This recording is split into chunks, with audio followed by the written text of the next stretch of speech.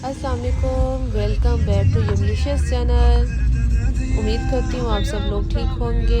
आज का मेरा व्लॉग जो है वो दावत से रिलेटेड है। मेरी कज़न ने पाकिस्तान से आना था, तो बस मैंने बच्चों को सुबह ड्रॉप किया, उसके बाद चाय ली मैंने कैफ़ेटेरिया से, और उसके बाद मैं घर गई हूँ। घर जाके नाश्ता वगैरह किया, हस्बैंड को कराया, और फिर मैं कैरे फोर्ट चली गई।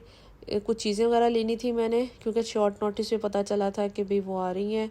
एक्चुअली उनका कुछ घंटे का स्टे था मेरी कज़न का मेरी तरफ, तो वो एयरपोर्ट से लेके आना, फिर शाम सुबह को फिर छोड़ के जाना, मतलब कुछ आवर्स का स्टे था। तो बस ये मैं अपने घर की तरफ जा रही हूँ, और सोच रही थी क्या बनाऊँ, वही सबसे बड़ा पकाने का हर घर में मसला। एक्चुअली मेरा तो ये होता है मेहमान को देख के बनाना कि भाई क्या बनाना चाहिए। रात में मैंने कुकिंग जो थी वो बिरयानी मसाला बनाया था और मटन कढ़ाई बनाई थी, फिर पता चला कि नहीं, उनका तो पेट ख़राब है। तो फिर मैंने अपना मेन्यू चेंज किया, फिर मैंने मटर पुलाव किया, और साथ में फिर मैंने गोश्त आलू का सालन किया, ताकि जो है वो राइस पे पुलाव पे मतलब डाल के खा सकें। तो बस ये कैरेफोर आई थी। उसके बाद फिर मैंने ग्रॉसरी वगैरह करके मैं घर जा रही हूँ।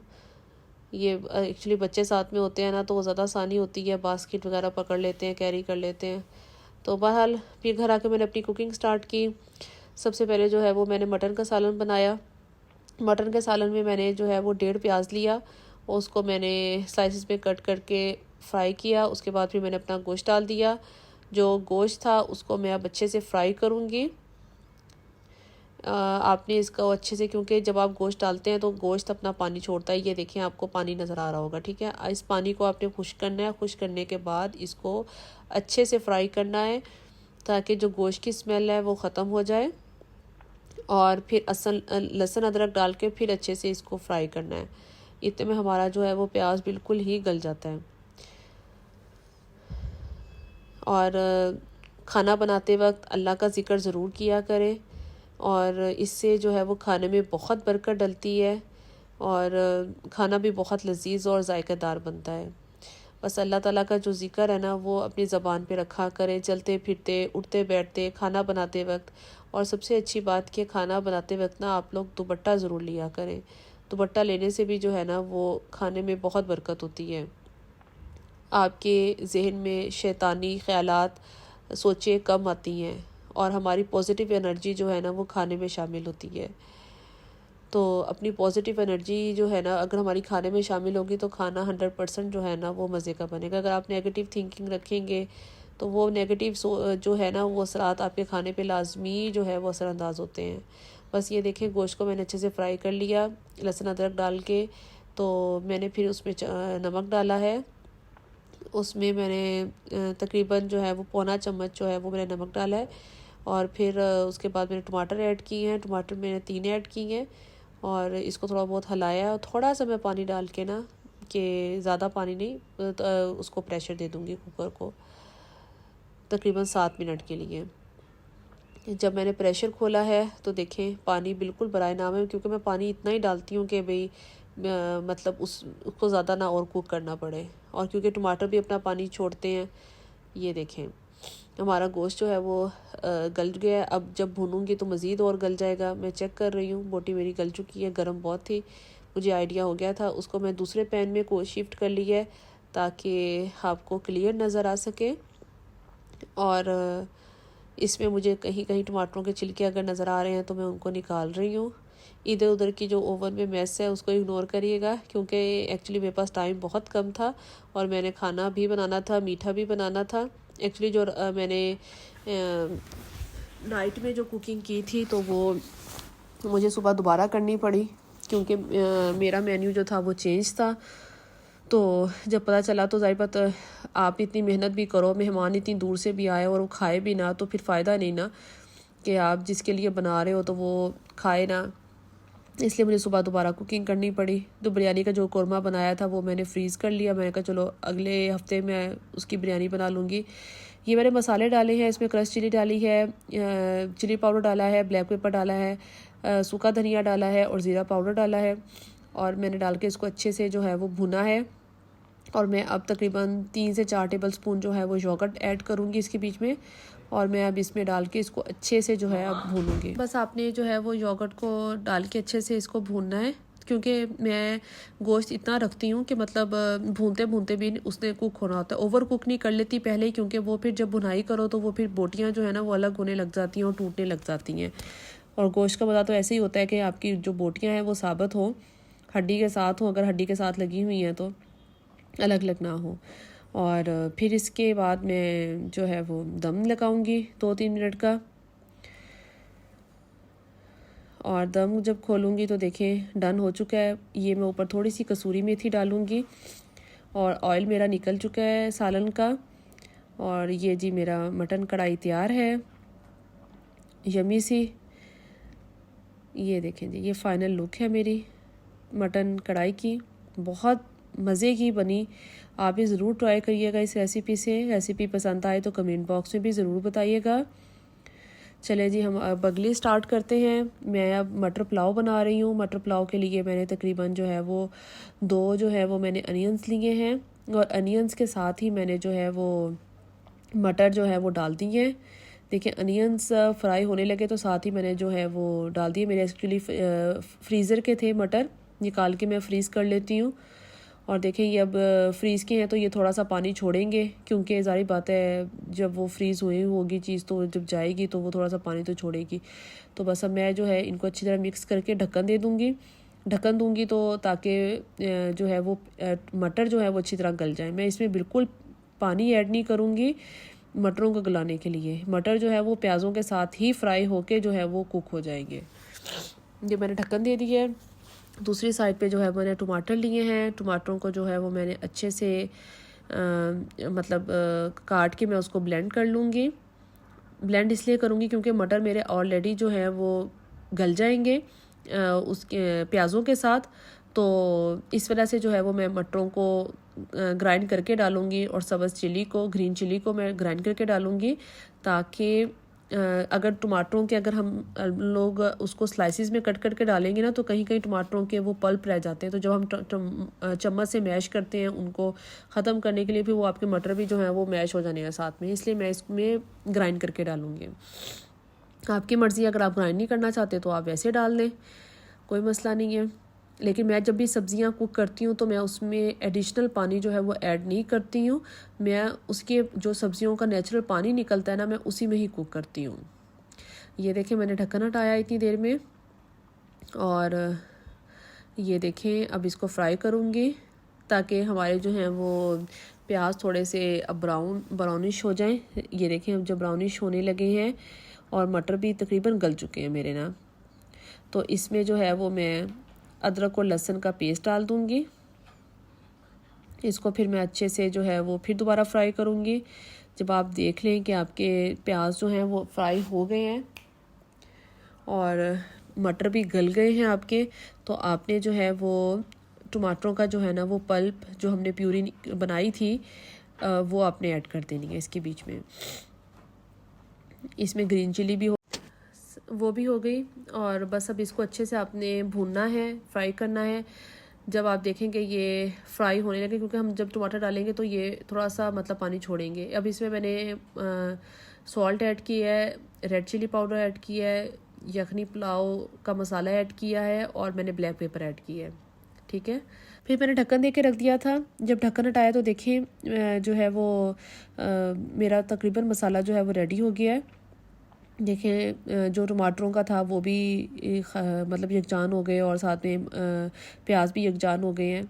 ये लुक है देखें, और ऑयल निकल चुका है। सालन भूनने की, ये मसाले भूनने की निशानी ये होती है कि आपका ऑयल जो है ना वो साइड पे निकलना शुरू हो जाता है। और मैंने फिर चिकन कनौर क्यूब डाला है, इसको मिक्स करूँगी, और उसके बाद मैं फिर वाटर ऐड कर दूँगी। जितने मेरे राइस थे उसका डबल जो है वो पानी लेते हैं, लेकिन डबल मैं नहीं लेती हूँ, मैं आधा कप और 1 कप कम लेती हूँ। जैसे मेरे अगर 3 गिलास जो है मेरे यही वाले जो जिससे मैं पानी मैयर कर रही हूँ, ये मेरे अगर राइस के थे तो मैं 5.5 या 5 यही वाले जो कप है ना ये मैं पानी के डालूँगी। और मैं हमेशा जो राइस हैं वो जब सर्व करने होते हैं मैं उसी टाइम ही, जैसे मैंने ये पानी डाल के चूल्हा बंद कर दिया, ठीक है, और जब शाम को जब या दोपहर को जब मैं खाना सर्व करने वाली हूँ उससे आधा घंटा पहले जो है वो मैंने फ्लेम ऑन किया और चावल मेरे भिगोए हुए थे, तो चावलों को बीच में डाल के फिर दम लगा देती हूँ। मतलब मैं फ़्रेश जो है ना वो चावल जो है वो सर्व करती हूँ। ये मसाला मैंने रेडी कर लिया था सुबह में मॉर्निंग में, लेकिन जब मैं सर्विंग टाइम आया मैंने उस टाइम जो है वो मटर पुलाव जो था दम लगाया। देखें कितना ही ज़बरदस्त जो है वो पुलाव बना है। मटर पुलाव कैसे खिले खिले चावल बने हैं और लंबे लंबे। और मैंने इसमें 5 कप मतलब ना वही वाले जो थे वो पानी डाला था, क्योंकि मेरे चावल जो थे वो 2 घंटे भिगोए हुए थे। अगर मेरे कम भिगोए हुए हो तो फिर मैं मतलब आधा कप जो है वो कम डालती हूँ, मतलब डबल का आधा कप डालती हूँ, कम डालती हूँ। जैसे मेरे 3 कप थे तो मैंने 6 कप की बजाय मैं 5.5 डालूँगी। अगर ज़्यादा भिगोए होंगे तो फिर 5। और ये मैंने फिर रसमलाई बनाई। रसमलाई भी बहुत ज़बरदस्त बनी, इतनी ज़बरदस्त कि बस वही बात है, अपने मुँह मियाँ मिठू वाली हिसाब है, लेकिन बहुत ज़बरदस्त बनी। चले मैं आपके साथ इसकी रेसिपी भी शेयर करती हूँ और कमेंट में आप ज़रूर बताइएगा आपको कैसी लगी रसमलाई की रेसिपी। मैंने 2 कप जो है वो मिल्क पाउडर लिया है। मिल्क पाउडर आप कुछ भी ले सकते हैं, एवरीडे भी ले सकते हैं, नीडो भी ले सकते हैं, जो मर्ज़ी आप ले लें, लेकिन एवरीडे थोड़ा सा मीठा होता है। तो मैंने तो वैसे दूसरा मिल्क पाउडर लिया था यहाँ का जो अलमराई का होता है। और मैंने इसमें 3 टेबलस्पून ऑफ ऑयल डाला है। इसको अच्छे से देखें मैंने मिक्स कर लिया है मिल्क पाउडर को और ऑयल को अच्छे से। फिर उसमें मैंने जो है वो 2 टीस्पून जो है देखिए बिल्कुल लेवल करके जो है ना वो मैंने बीच में शामिल की है बेकिंग पाउडर। और मैंने 2 लार्ज एग जो है ना वो डाले हैं। ठीक है, आपने अच्छी तरह पहले मिक्स करना है, उसके बाद एग डालने हैं। और मैंने एक साइड पे जो पतीला था उसमें दूध और पिस्ताशो और आलमंड्स ये मैंने पकने के लिए रख दिए थे। और जो जिसमें मैंने रसमलाई की बॉल्स डालनी थी ना, तो वो दूध मैंने अलग बॉईल किया था, क्योंकि जो दूसरा दूध है वो थिक है, ये वाला जो है वो पतला है। वो थिक में जो है ना इतने ज़्यादा फूलते नहीं है। 8 से 10 मिनट के लिए आपने पकाना है। और आपने पकाना कैसे है, गोलियां बनाते जाना है और बीच में डालते जाना है। मतलब पहले से बना के नहीं रखनी है गोलियां, आपने बस बनाते जाएं और डालते जाएं, बनाते जाएं और डालते जाएं दूध के बीच में ना। 8 से 10 मिनट के लिए आपने इसको पकाना है। दूसरी साइड पर मैंने जो था वो दूसरा दूध जो है वो करने के लिए रख दिया था, उसमें पिस्ता बादाम वगैरह सब चीज़ें डालनी थी। और जब ये वाला रसमलाई वाला दूध मतलब ये भी ठंडा हो गया और दूसरा भी ठंडा हो गया, ये देखें कितनी ज़बरदस्त गोलियां जो हैं वो फूल गई हैं। और जब वो फूली हैं तो फिर मैंने जब वो फूल गई मैंने अपना फ्लेम ऑफ कर दिया, फिर मैंने ढक्कन दे दिया ताकि उसके ऊपर क्रीम सी मलाई सी ना आ जाए। ठीक है, और जब वो ठंडी हो गई गोलियों वाला दूध भी, गोलियां भी, और जो दूसरा दूध जो मैंने जिसमें पिस्ताशो और आलमंड्स रख के पकाए थे वो भी जब ठंडा हो गया, फिर इन दोनों को मैंने मिक्स कर लिया। देखे ये थिक सा मतलब तैयार हो गया। और फिर मैं दोपहर को बच्चों को लेने गई, फिर खाना उनको दिया, फिर क्लीनिंग वगैरह की। और शाम का टाइम हो गया था, असल में मगरिब के बाद की फ़्लाइट थी। तो मैं और फ़िल्ज़ा फिर लेने गए थे कज़न को। तो 5 की एक्चुअली कुरान क्लास थी, तो मैंने कहा आप लोग घर हो तो मैं और फ़िल्ज़ा जो हैं उनको लेके आते हैं। एक्चुअली हम बिफ़ोर टाइम पहुंच गए थे, क्योंकि मुझे पता था कि कहीं ट्रैफिक ना हो, क्योंकि इवनिंग टाइम में जो ये पीक ट्रैफिक होती है। और ये शारजा का ये एयरपोर्ट है, उसकी तरफ हम लोग जा रहे हैं। छोटे छोटे क्लिप्स मैं आपके साथ शेयर कर रही हूँ शारजा इंटरनेशनल एयरपोर्ट के। उसके बाद हम लोग थोड़ा सा टाइम से पहले पहुँच गए थे। फिर मैंने अपनी जो थी वो कार वॉश करवाई वहीं पे एयरपोर्ट पे, और क्योंकि अभी टाइम था काफ़ी। और फिर उनका प्लेन भी थोड़ा सा लेट था 20 मिनट। तो फिर हम लोग वेटिंग एरिया में चले गए थे। असल में फ़िल्ज़ा की अपनी कहानियाँ चल रही थी, स्टोरीज चल रही थी। क्योंकि मेरा बाहर जब निकलती हूँ तो अच्छी बात होती है कि सोशल मीडिया मेरे पास नहीं होता, डाटा नहीं होता, बहुत कम होता है मेरे पास डाटा। किसी मॉल वगैरह के साथ मैं कनेक्ट कर लूँ तो कर लूँ। बहुत ज़बरदस्त जो था ये एयरपोर्ट है, दुबई के मुकाबले का तो नहीं है लेकिन फिर भी अच्छा है। लेकिन ये है कि दुबई का बहुत बड़ा एयरपोर्ट है, आपको बहुत चलना पड़ता है। और बंदा ही मैं कहती हूँ गुम हो जाए उस एयरपोर्ट के अंदर ना। तो मेरी ज़्यादा प्रायोरिटी जो होती है वो यही होती है कि जिसने आना है या हमने जाना है तो हम शारजा से ही जाएँ। ये देखें ये कोई अरबी ट्रैवल कर रहा था तो अपने साथ जो है वो बाज़ लेके आया है कहीं से। एक और फ़्लाइट आई थी जो बाज़ों के शौकीन है। ये बस मेरी कज़न आ गई, फ़िल्ज़ा उसकी तरफ भागी जा रही थी। बस हमने उनको घर लिया। घर आकर जी उन्होंने हमें रहमती शीरी का डब्बा पकड़ाया 2 किलो का। और जब मैंने डब्बा खोला, ओ माय गॉड अल्लाह अकबर, मतलब कि हमारी खुशी की इंतहा नहीं थी, क्योंकि हमारे घर पे जो है वो सबसे ज़्यादा जो फेवरेट हैं सबके वो गुलाब जामुन है। और जब डब्बा खुलता है तो सब वाव करते हैं। और वैसे भी वो रहमती शीरीन के गुलाब जामुन सो यमलिशियस रियली। अगर आपने नहीं खाया, अगर आप कराची जाएं तो आप लाजमी रहमती शीरी के जो है ना वो स्वीट ट्राई करें। और हमारे तो घर में ये 2 दिन में डब्बा ख़त्म था कि मतलब सब इसके जो है वो लवर है ये गुलाब जामुन के। तो बस फिर हम लोग एक एक गुलाब जामुन उठाए, खाए। उसके बाद मैंने फिर खाना सर्व किया अपना, कि गरम वगैरह किया। सब कुछ एक्चुअली मैं करके गई थी क्योंकि इतना टाइम नहीं था कि मैं आके करूं, और रात के तकरीबन 7 साढ़े 7 बज गए थे। ये मैंने अपनी मटन कढ़ाई जो है वो गरम की और साथ में उसको डोंगे में सर्व किया। आपको वो लुक दिखा रही हूँ। इसके ऊपर मैं गार्निशिंग के लिए जो है वो जिंजर के स्लाइसेस डालूँगी। और इसके बाद जो है ये गोश्त आलू जो है वो मैं डोंगे में डालूँगी। एक्चुअली इसकी रेसिपी मैं शेयर नहीं कर सकी, इतना काम था ना उस दिन। और आपको पता है वीडियो बनाना, कैप्चर करना बहुत मुश्किल होता है। और मेरे साथ ये था कि मैंने एक साथ ही सब चीज़ें चढ़ाई हुई थी। मतलब एक साइड पे मटन कढ़ाई बन रही है, उस साइड पे गोश्त आलू बन रहा है, और बीच में मटर पुलाव। फिर ये साइड पे एक चीज़ साइड पे हुई, तो फिर मैंने रसमलाई वो करने लग गई। इसलिए इसकी रेसिपी मैं आपके किसी नेक्स्ट वीडियो में शेयर करूँगी। गार्निशिंग के तौर पे मैंने इसके ऊपर धनिया डाला है। ये मटर पुलाव बस अब मैं डिश में निकालूंगी। देखिए कितना ज़बरदस्त खिला खिला चावल बना है, लंबा लंबा। और मैंने आपको बताया था कि मैं पानी डाल के मतलब हाफ़ डन करके रख देती हूँ, और जब मैंने सर्व करना होता है उससे आधा घंटा पहले जो है वो मैं फिर दम लगाती हूँ राइस को ना, पहले नहीं लगा के रखती हूँ। इस तरह गरम गरम चीज़ जो है वो ज़्यादा खाई जाती है एज़ कम्पेयर टू अगर आप दोबारा उसको जो है वो गर्म करें। बहुत मज़े का बना था मटर पुलाव भी। बस वही बात है ना कि आप जितनी दिल से चीज़ें बनाएं तो ज़्यादा अच्छी बनती हैं। ये मेरी टेबल की फ़ाइनल लुक है। गोश्त आलू है, मटर पुलाव है, मटन कढ़ाई है, ये गुलाब जामुन जो मेरी कज़न लेके आई थी, और ये रस मलाई मीठे में। होपफुली आपको आज की मेरा व्लॉग भी अच्छा लगा होगा, रेसिपीज़ भी अच्छी लगी होंगी। कमेंट में आप लोग देख के ज़रूर बताया करें। ये बहुत अप्रिशिएट मतलब अगले को जो हौसला अफजाई मिलती है, आप लोग अगर थोड़ा सा भी हौसला अफजाई कर देते हैं, फिर अगली वीडियो हम लोग बहुत एक एनर्जी से बनाते हैं, क्योंकि इस वीडियो के पीछे जो है ना वो बहुत मेहनत होती है। देखें, ये देखें कितनी ज़बरदस्त जो है वो बॉल्स हैं, बिल्कुल सख्त नहीं है अंदर से। ये देखें बहुत ज़बरदस्त बनी थी, रियली बहुत मज़े की। जैसे इसका दूध ऐसे था जैसे खोया हो, क्योंकि मैंने इसको दूध को साइड पे रख के दूसरे दूध को बहुत पकाया था। ये देखें,